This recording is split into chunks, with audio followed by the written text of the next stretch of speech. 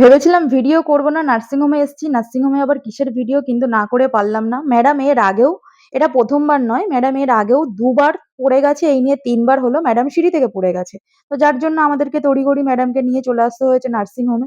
তো আমরা দেখো চলে এসেছি নার্সিংহোমে, ম্যাডামকে নিয়ে গেছে এক্স-রে রুমে এক্স-রে করাতে। আর ম্যাডামের দিদি, আমি আর ম্যাডামের বাবা বসে, বসে আমরা ওয়েট করছিলাম কখন ম্যাডামকে বার করবে ভেতর থেকে।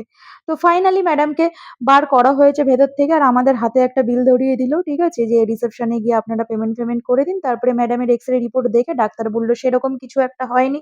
ব্যাস মাথা থেকে অনেক বড় একটা চিন্তা দূর হলো। যাক, কিছু তো হয়নি, কারণ এর আগের বার ম্যাডামের ওই সেম পায়েই, যে পায়ে চোট লেগেছে সেম পাই এর আগের বার ভেঙে গেছিল। তো আমরা অনেক টেনশনে ছিলাম যাতে না ভাঙে।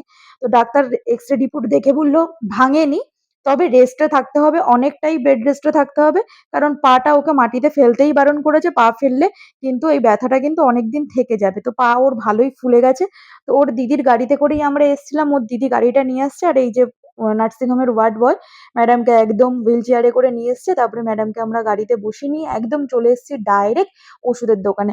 আর ম্যাডাম তো ব্যথায় একটু কষ্ট পাচ্ছিল। তার জন্য আমি ম্যাডামের সাথে একটু ইয়ার্কি-ফিয়ার্কি মারছিলাম। ম্যাডামকে একটু হাসানোর চেষ্টা করছিলাম। আর এখানে আমি সিরিয়াসলি কি যেন একটা ছন্দাকে বলছিলাম। ঠিক আছে? যাই হোক, ছন্দা আমার ওই সিরিয়াসলি কথার কোনো রকম কোনো রিপ্লাই দেয়নি। আমি তার জন্য এই ম্যাডামের সাথেই একটু হাসাহাসি করছিলাম। ওনাকে একটু হাসানোর চেষ্টা করছিলাম। গালটা একটু বারবার করে টিপে দেখছিলাম। তো যাই হোক, এখানে ম্যাডামের রিপোর্ট নিয়ে এই যে ওষুধের দোকানে এই দাদা দেখছিল যে ঠিকঠাক আছে কিনা। কারণ ডাক্তার আমাদেরকে বলে দিয়েছে, তবুও আমরা আরেকবার চেক করিয়ে নিলাম।